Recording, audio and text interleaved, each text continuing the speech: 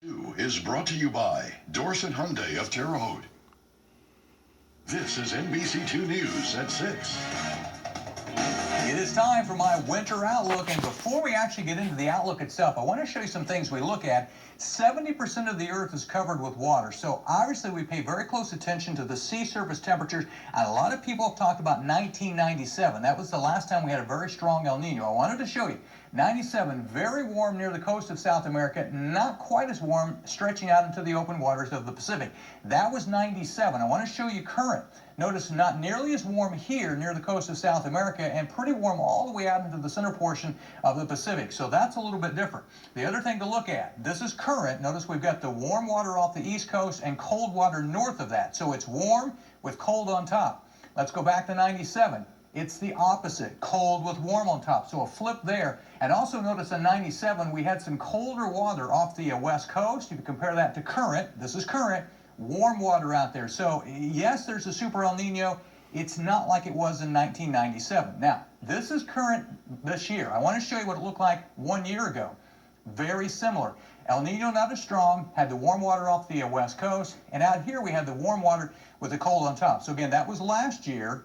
This is this year. So you can see there's some similar aspects to the water temperatures out there. And of course, we pay close attention to that when we're doing a winter outlook. Some other things I look at, a couple of volcanoes that blew up during the early part of the spring down in South America. I have a couple of images of those. I'm a firm believer in volcanic activity having an impact on global temperatures, so we look at things like that. Also, solar activity, we reached a peak. We're now dropping off, and you'll notice these peaks have been progressively going lower through the last 15, 20 years, so solar activity dropping right now.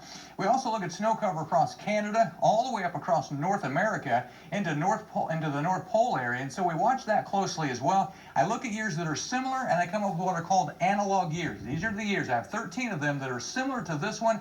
I give each a weighted value, come up with a formula, and then we come up with the winter outlook. So here we go, 20 items to look at. First of all, we had two bad winters back to back. A lot of cold and snow, not so much this year, not as cold or snowy as the last two winters. However, I do believe in the first week to 10 days of December, there will be some cold weather coming in here early on. However, the month of December itself, I believe, is going to be warmer than normal. That was a very strong analog we had in all those years we used, where December's turned out to be above normal across the valley.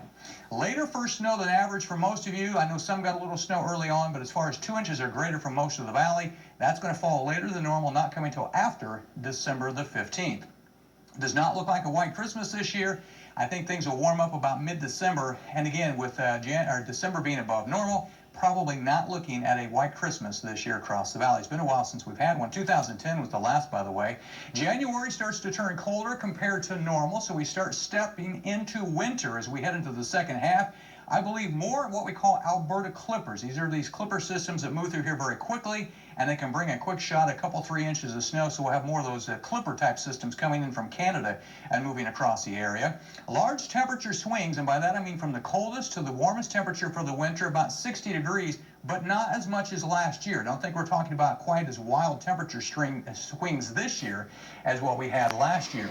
Also, February, we step back into even colder weather. So December warmer than normal, January getting colder, and in February colder yet. So you can kind of see where I'm going with this outlook. The coldest half of the winter looks to be the second half of the winter. So early on you may say, hey, this doesn't look like too bad of a winter, but we'll pay for that probably in the second half with more cold and snow coming up. I also believe there'll be 1 or 2 severe thunderstorm outbreaks this winter. We had none last year. I think the pattern is going to be more where we're going to have some of those this winter. Less sub-zero days than last year. We had 10 last year. We're predicting 5 or less this year where we go below zero.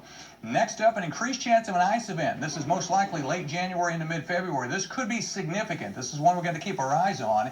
Next up, we're going to be talking about the heaviest snowfall coming in late January and into the month of February, and then a slow start to spring, meaning we're going to have some cold as we head into the month of March. We're also going to have some snow in March, so it's going to be a slow start to the spring season. Here's the big thing. Temperature, I think, will be below normal, not by much, but below normal, forecasting 30.5 degrees. Precipitation, drier than normal, about 2 inches below normal. My forecast is 6.8, about 8.8 is normal. And snowfall, I think, will be below normal, but not by a lot. 16.5 is average. forecasting 14.5 inches. You can find all of this at mywawashvalley.com. A lot of charts and graphs. You can print it out as well. We also want to thank the sponsors. That would be Frontier Communications, Precision Lawn Care, Anderson Medical Products, and Don Service Center. For a limited time, they will have brochures and even eye scrapers at their businesses. So there you go. You know, you've been a busy little bee. Oh, I get crazy on this, and I hope it does well. But go to mywawashvalley.com. Lots more information online that I couldn't put on TV. And I know that you want to keep that 95 grade of last year going, but I'm hoping you're wrong. Well, I'll be wrong on some of them, believe me. We'll see how it pans out. I'll grade myself. We do appreciate all the work you I think do. it's a lot of work. Jason Pesky here to talk about the boys and the hardwood. Well, ladies and gentlemen, you heard it right there.